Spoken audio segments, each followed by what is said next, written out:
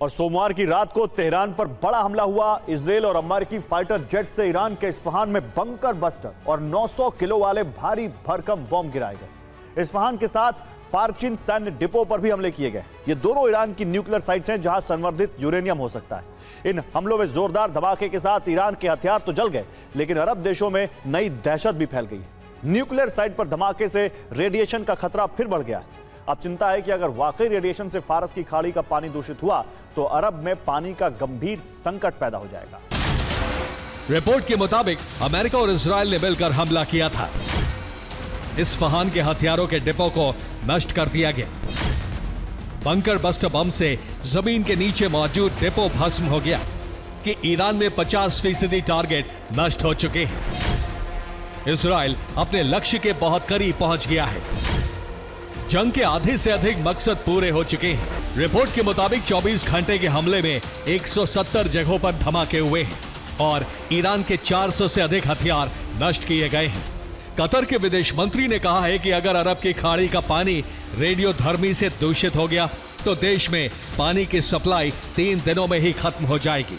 Qatar, UAE और Kuwait पानी के लिए समुद्र पर ही निर्भर है।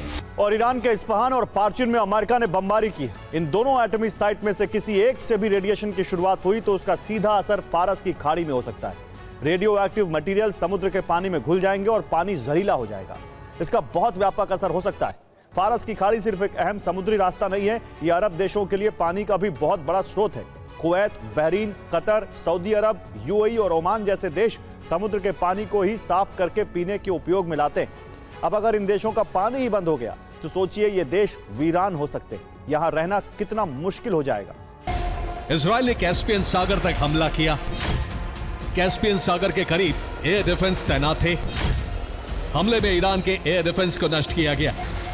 मेहराबाद एयरपोर्ट पर धमाके हुए। बंदर अब्बास बंदरगाह पर हमले हुए। सिराज में एयरपोर्ट पर हमले किए गए।